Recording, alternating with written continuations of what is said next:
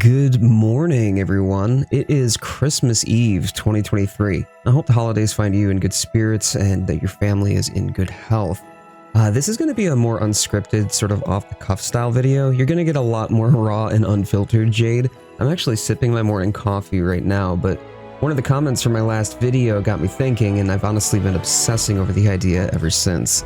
My voice is not warmed up, there's not a lot of inflection in my voice, and I'm actually going to enjoy a nice, delicious sip of my dirty bean water right now. Yeah, it's good, that hits good. So this is going to be a Monster Hunter tier list with monsters from Iceborne coming back into Wilds. This is of course going to include Monster Hunter World monsters. I have never done something like this. In fact, I actually didn't even know how people were doing this. I had this nice little like set of graphics and icons that you could then place on a tier list or a rating bar, and I'm like, wow, that's kind of neat. And then it just became more and more of a trend, and I'm like, there's got to be somewhere out on the internet. Sure enough, a quick Google and I found it. So I don't know why I didn't do this sooner, but this is going to be an opinion piece where I'm going to share my opinions on particular monsters in Monster Hunter World and my experience with them in both World and Iceborne. And I'm going to give them a rating as to whether or not I want to see them reprise their roles in Wilds. So a little insight into a creator's mind. I've been obsessing over this since the last video was released and couldn't stop taking mental notes of this in my head. It's a problem, okay? It's a problem. Monster Hunter World runs on repeat in my head rent-free. Let's just put it that way. I figured I might as well get this recorded and release the video, so hopefully I can put this down to video and it'll be a little bit of a Christmas surprise for all y'all.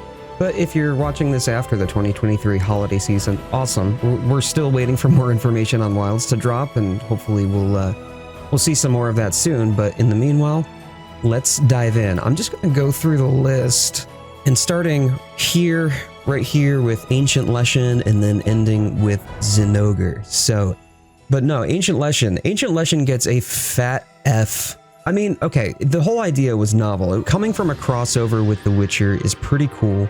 And I think that that's a neat novelty, but it's not part of the Monster Hunter canon. And to be brutally honest, I didn't like those side missions either. Anjanath gets a D. Take it or leave it, I really wasn't particularly thrilled with Anjanath. I didn't think it offered a whole lot apart from, hey, it's a bigger monster early game. I didn't think that the mechanics were special or particularly difficult either. I don't know. I wouldn't be too cut up if I never saw another Anjanath again. So I'm actually going to cover two in this one, Azure and Silver Rathalos. Azure Rathalos, D. And then Silver Rathalos, also D. There are multiple iterations of Rathalos with varying difficulties. Making a rare version, it's like a shiny Pokemon. It's supposed to be rare, but a rare version of the monster, a common reoccurrence, kind of cheapens the significance.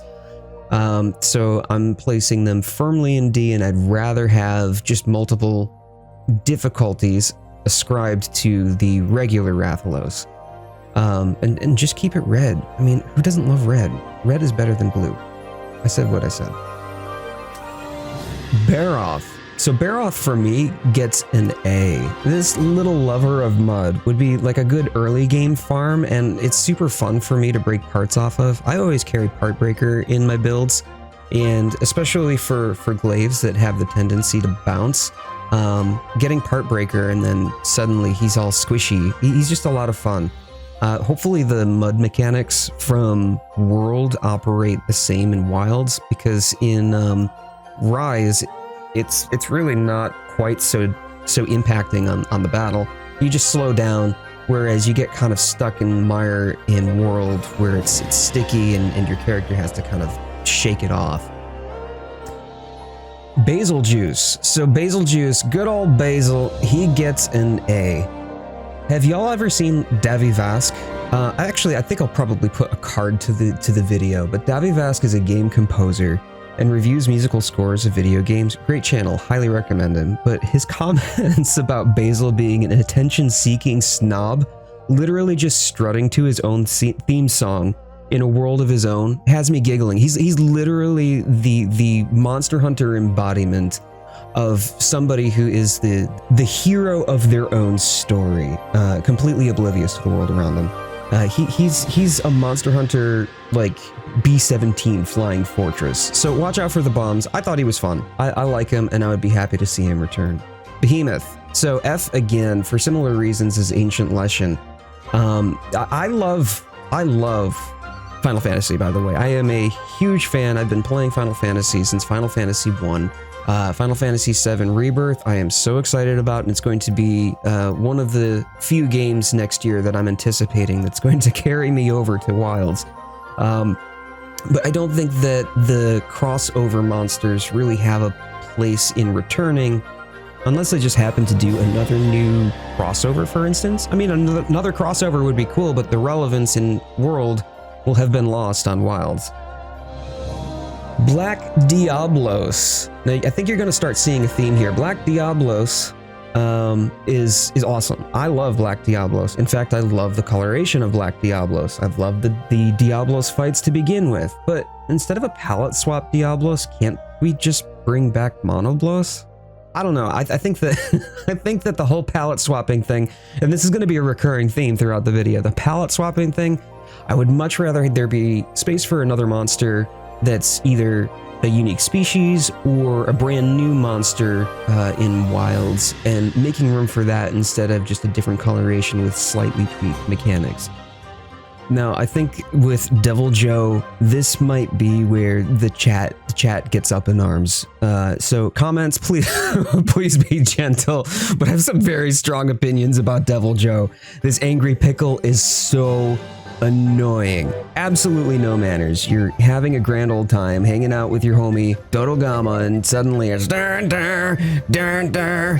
like, bro, you don't even pay rent. Get a real job. I can't stand Devil Joe. Gets a fat F. Like, don't come back. Don't. Get out of here, you lumpy corn turd looking Jurassic Park reject. You're a bad case of hyperdontia with an idiot attached. Moving on. Diablos gets an A. I can already hear the comments screaming at me like, CoyoteWildfire, unssubbed. Diablos gets an A. I'm gonna come out and say it. I love Diablos, love the design, love the fight. Pairs with the glaive combat like a fine wine with cheese. Still want Monoblos back though. Dodogama, in case you couldn't tell from my Devil Joe comments, Dodogama gets an S. I'm just gonna come out and say it, right? Like he's an S. He's this happy little guy is just trying his best, okay? He's so cute, doing little Dodogama things. I still want to see him in Wilds, just rolling around, having a grand old time. I would love to hug a Dodogama. I don't know. He'd probably munch my arm off, but I'd still, I love Dodogama. He's so cute. Great Gyros. So I'm gonna put Great Gyros as a C. I don't hate him. He's on the smaller side of the end of large monster scale. It's okay. Right, there's technically nothing wrong with him, and his mechanics aren't overly annoying, but there isn't really anything remarkable about him either. So he's fine. But with Great Jagras, I was confused when I played World, and I'm gonna place him square in D. Miss me with that, all right? Like I would rather Great Jaggy. Can we have Great Jaggy instead? Great Jaggy was cool. This looks like a Great Jaggy who needs to like jump on a treadmill and maybe cut some weight. Giratodus gets a B for me. Like, he's not necessarily special, but I feel like this is one of the Piscean Wyverns I'd actually like to see get some action in underwater combat. That would be pretty cool, although I'm not sure how the mud mechanics would work necessarily. Either way, I like the guy well enough. He's fine. Moving on, we've got Kieran. So Kieran gets a fat old S. Compared to the more bigger, more stronger theme for like a lot of the Elder Dragons or even the late game dragons in Iceborne, Kieran is comparatively small and definitely provides some variation to the challenge due to how difficult it is to keep a beat on him, and it's hard to land a lot of hits with a target so small and so nimble. Additionally, if there was a case for a monster impacting weather patterns, I really think Kieran could have some cool mechanics in the open world. I mean, we've already seen lightning storms, right? Like, what if he could actually usher in a lightning storm just because of his presence? And I think that has a lot of potential. Kulu Yaku. Okay. This bird brain's face is so dumb, it literally makes me angry. It's the pettiest thing. I admit it. It's the pettiest thing. But I honestly would prefer Jan Kutku, and he had the same problem with RSF. Resting stupid face. Get out of here. Kulv Taroth. A for me. Siege mechanics in World were a bit gimmicky for sure, but I think that this would provide, or at least help provide, some like dedicated meta world maps that would help vary the type of locales and mechanics. Like if you have one contiguous world, then you know once you've seen it, you've more or less seen it. And I'd much rather have some dedicated maps to particular fights. Definitely a fan of the change of pace in Sieges and what they provide, so making the multiple run style of progression is a return in Wilds is actually pretty fun. Kushala Daora. No. Literally no. Kushala's been around long enough, and the wind attacks that he does, it just makes the whole fight a slog. But why do we even have wind resist or a wind-proof mantle if Kushala's just going to knock us off our feet anyway? Like, there are other monsters who would better represent wind in the open world. Lavasioth. So I won't say I'm particularly fond of how reliant on World's Clutch Claw and softening mechanics this was. So I'm placing him in C. I think he could be at least a decent lava-based Piscine Wyvern for any super hot biomes. I guess I'm take it or leave it on that one, 50-50. I don't mind. But he's on the sort of would prefer less side of things. Legiana gets a B from me. Leggy is super pretty from an aesthetic design perspective. Typically the fights aren't too much of a slog. There's plenty of monster to land your hits on due to the wide wingspan as well. I don't think that I would hate seeing Legiana in the open world, and I enjoyed a lot of the encounters I've had. Decent pick for a flying wyvern in my opinion. Leshen gets an F for the same reason Ancient Leshen does. I didn't enjoy the crossover with The Witcher, and I played The Witcher 3 too, by the way. I streamed that back in 2018. Solid game, and I have absolutely no hate for Witcher fans or the Witcher franchise. I just really don't feel it was a well-delivered crossover or a fully fleshed out crossover. Lunastra. Okay, this might get a little controversial. Lunastra is an S from me. I know her and Teostra have been around a lot, like a lot. I mean, they've shown up in a lot of entries in the Monster Hunter series. But this is one of the few instances where we have like a confirmed mated pair. In the open world, I could see a situation where we're exploring and then accidentally stumble into a Lunastra Teostra den, and we're suddenly fighting for our lives just to get out. Would be a lot of fun to have that sort of pop and surprise, and you turn a corner or go into a cave, and suddenly you're staring down the face of two very angry beasties. I would love that. Nergigante gets an A. I like the premise behind Nergi, where he's like this apex predator of the Elder Dragon species. If it's 10 times his size, he eats it. What a legend. He's a Nergigante out of 10, would Nergi again. Odogaron, B. I don't hate him. I don't think he's particularly special. Like, I don't dislike him, but he looks a bit like a steak with 4 legs, so he's not necessarily noteworthy. Definitely mid for me. Paolumu. Oh, the baby. S. Of course. Why is it so fluffy? Like, it's a marshmallow bat thing, and I love him. I will protect at all costs, and then probably chop off all his good bits. Pink Rathian and Gold Rathian. Yeah, same here as with Rathalos. I really don't care for it very much to have that whole palette swap things. would much rather have these dedicated to different monsters, either new monsters or different species of monsters. Puke Puke, or as some affectionately call it, Pukey Pukey. S for dat tongue, right? Yeah, S for dat tongue. Definitely S for dat tongue, though. What that tongue do? No, really, see. I've carved this guy into pieces so many times, I'm just kind of over it. Kurapeko could be a good alternative, perhaps. Radaban. So, I love that you can mine him when he's toppled. That's kind of a neat mechanic, but I think that there's a lot more potential for him in the open world with how he rolls. He just goes, he's a rolly boy. He goes places, all right? I could see him going across the field, having a grand old time just rolling. They see him roll that, anyway. So, yeah, 9 out of 10 surveys agree. He's got a bone to pick with you. We're gonna give him an A. Rathalos. Okay, instant S. I mean, does it need an explanation? He was in the trailer, for crying out loud. Absolutely going to be in Wilds, and definitely deserves to be there. The iconic monster of the franchise. And the same goes for Rathian as well.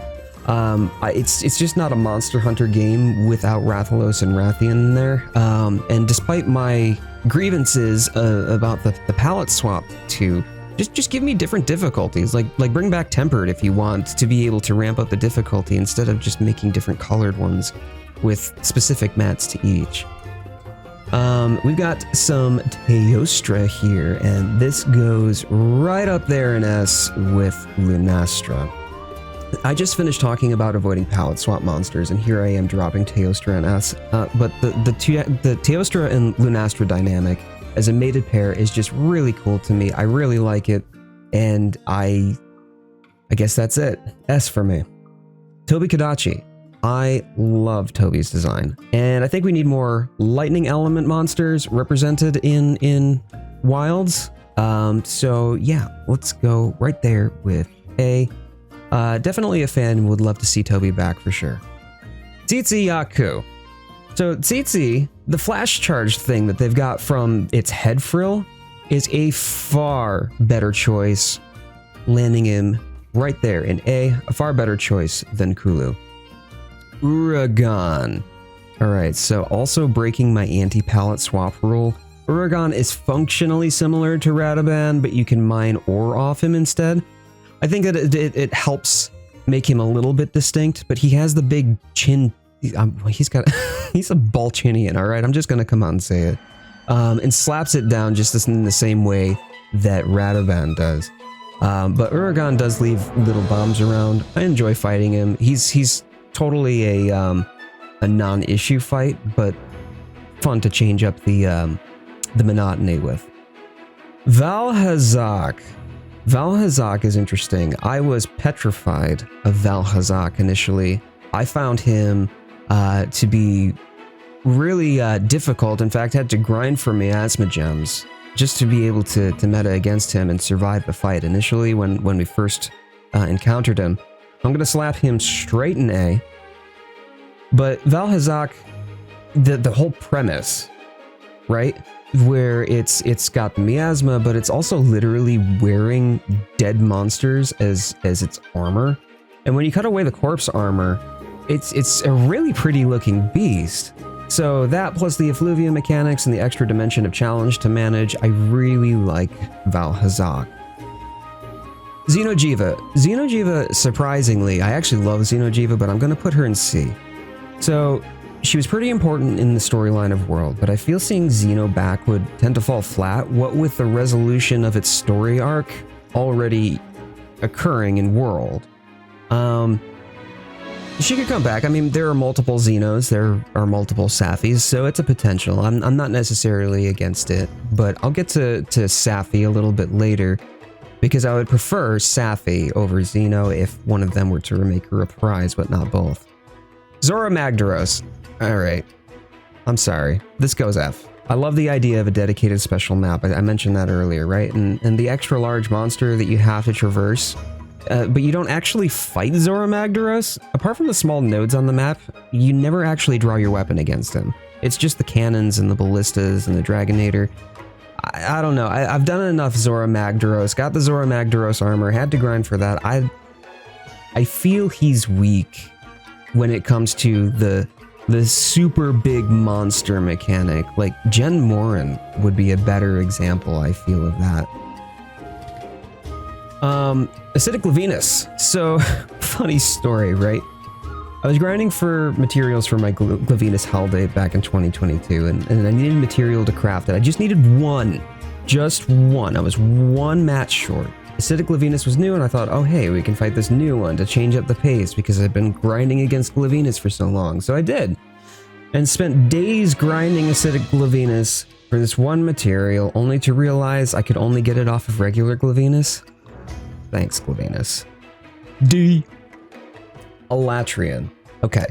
S. Straight S. The elemental DPS check that is Alatrian definitely makes this a frantic fight, and not for the faint of heart. Like, I love the premise behind the monster and its different stages / phases and modes, and how you have to deal enough elemental damage, and if you get dragon blighted, well, suddenly your elemental damage just falls through the floor. So the only way that you're going to be able to meta against its Nova is dealing enough elemental damage before the Nova goes off. But the look of the monster is pretty cool.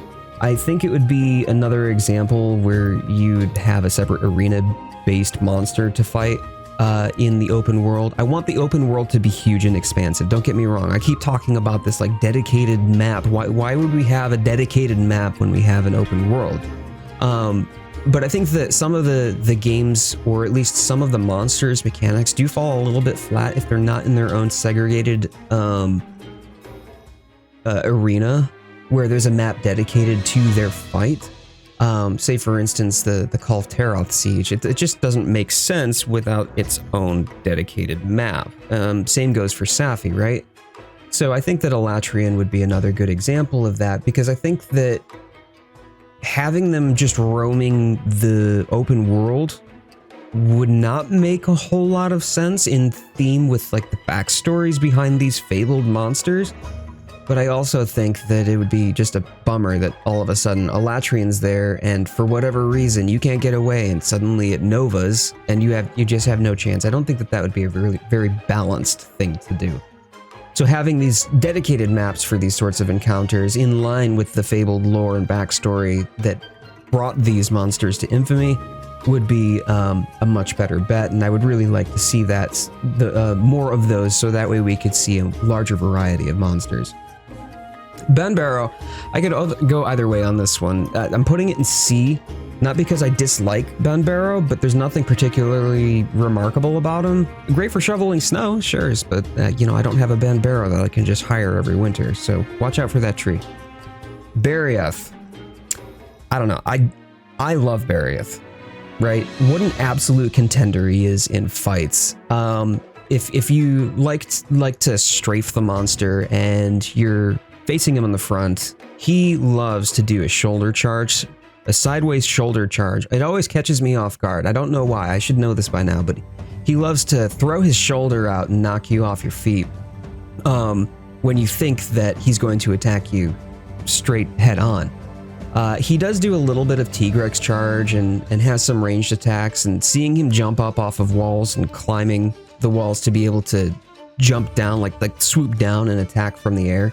There's a lot of variation to the attacks at its disposal. I really think it's a cool design, like a saber-toothed tiger sort of design. Awesome. Absolutely would love to see it back. Brute Tigrex. I'm gonna jump a little bit here because I just mentioned Tigrex. F. No. No. You're just 3 different colored Tigrex in a trench coat. Go away. Alright, cool. Now that we got that PSA out of the way, moving back over here, we've got Beototus. Beototus gets a D from me. I think it's just an ice aspected Lavasioth mixed with a Gerardus, and not enough that's really unique for this monster to deserve a spot in Wilds. I mean, who knows? I mean, if we get Jura, and then we get Beo, and then we get Lava, oh, okay, cool, then I would be fine with that. But there are other better Piscine Wyverns, I think, that we could have represented. Black Veil, Valhazak. I love the fight. I do. And I love Valhazak. I mentioned this earlier. But I'm still against the palette swapping, so don't reuse the same monster, giving it a fresh coat of paint. I'd really like different monsters or new monsters to take place of the palette swapped ones. Brachydios. Oh. He's an icon. Okay? Look, needs no introduction. I feel like he deserves a spot in Wilds. Plus, he has his own theme, so clearly he's important, right? He's either that or just self-important. I don't know, but definitely want Brachydios. Coral Puke. Palette swapped Puke. D. I'm over it. Ebony Odogaron. Okay, this is just an Odogaron that stayed in the oven too long. There's nothing appreciably different from regular Odogaron, and I'd rather a completely unique monster, so D. Fatalis. Some of you may like this, some of you may not. Again, falling in line with my ideas of wanting to have dedicated maps. Castle Shrad lives in Monster Hunter Infamy. Easy S. Fatalis would be awesome to see come back, like the unending threat that you always have to keep an eye open for. Frostfang Barioth. I think all y'all are knowing where I'm going with this one. D. We have Barioth. Enough said. Fulgur Anjanath. Look, I didn't even like Anjanath. You think that I'm interested in another one? No, go away. I'm done. Over it. I know there's technically a distinction between Rajang and Furious Rajang, but regular Rajang does get furious and can be tempered, where there's no, like, tempered Furious Rajang, so D for Rajang, and I'll get to, or excuse me, D for Furious Rajang. I will get to Rajang in a moment. Glavenus. B. The design for Glavenus speaks to me. I think he'll probably come back. He's been pretty popular in the franchise as well, and I certainly wouldn't mind dancing with him again. Namiel. This beauty had me and my wife enamored when we first encountered her. Like, just an absolute stunning design, and would easily belong in an open world, like, aquatic region. I hope to see her back. I'm giving her an A. Narga Kuga. Narga, who doesn't love Narg? Like, Narg is solid B for me. Definitely has some longevity in the series. I would be sad without him. It wouldn't be a deal breaker for me, but I also know that there's been plenty of Narg representation throughout the series as well. If we had to, like, really make some difficult choices, sure, I guess we could get rid of him, but no, I do want to see him back. Nightshade Paolumu. I love Paolumu, and in fact, I prefer the coloration of Nightshade to regular Paolumu, but I mean, I think that regular Paolumu would just be great for an early to mid-game monster. There's no need to create a subvariant just to make Paolumu stronger, so I'm going to give palette-swapped Paolumu a D. Raging So, you stop being cool in Iceborne. There's literally nothing Raging Brachydios offers over Brachydios, except for, like, artificially adding more substance to the guiding lands. D. Rajang. Alright. S. Yes. This is one punchy boy with a bad attitude, but he's really just, like, a bully. Once you get his patterns down, he's such a baby. You know, if you're on the open world, you happen to be unprepared and you make a wrong turn and suddenly the tribal drums start playing. Awesome layup for ambush mechanics in Wilds, I feel. And then, of course, he's also got his mouth spray attacks, and he does a lot of jumping. Sure, he relies heavily on his forearms, but it would just be a brutal encounter if you accidentally made a wrong turn and found yourself between the corners of Mess Around and Find Out. Ruiner Nergigante. D. No one's surprised at this point. All y'all get it. This is just Nergigante during his My Chemical Romance phase. There's nothing special, and as much as I loved Nergi, there's no reason to have Ruiner back in Wilds, especially when normal Nergi would fill the role already of, like, Elder Dragon Eater. We're good. Safi Jiva. S. I know that I didn't think Xenojiva would really fit in Wilds, and I could certainly see a case for a fully matured version of Xenojiva, unlike a dedicated Xenojiva. If I had to pick between the two sieges, between Safi and Kulve, I would lean Safi, as I find the energy draining mechanics far more interesting, as well as awakening the Safi weapons too. I really love the idea of having dedicated maps for certain encounters. Savage Devil Joe. I've had enough Devil Joe for one lifetime. We're good, okay? We're good. We're breaking up. Scarred Yangaruga. Yes. Absolutely. I would love Scarred Yangaruga. Bring this legend back. Sure, he's a palette swapped Yangaruga, but I would actually prefer this one, given that the scars, they suggest history with the hunters and prior encounters, and it's just a fun monster to fight, so I'm totally cool with that. Even though it's technically the same but different for regular Yangaruga. Seething Basil Juice.